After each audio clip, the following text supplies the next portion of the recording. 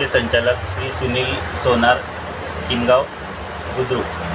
28/4/2024 रोजी आपल्या नवीन Shri jewellers showroom या दालनाचे उद्घाटन असून सर्वांना श्री ज्वेलर्सकडून आमंत्रित करण्यात येत आहे.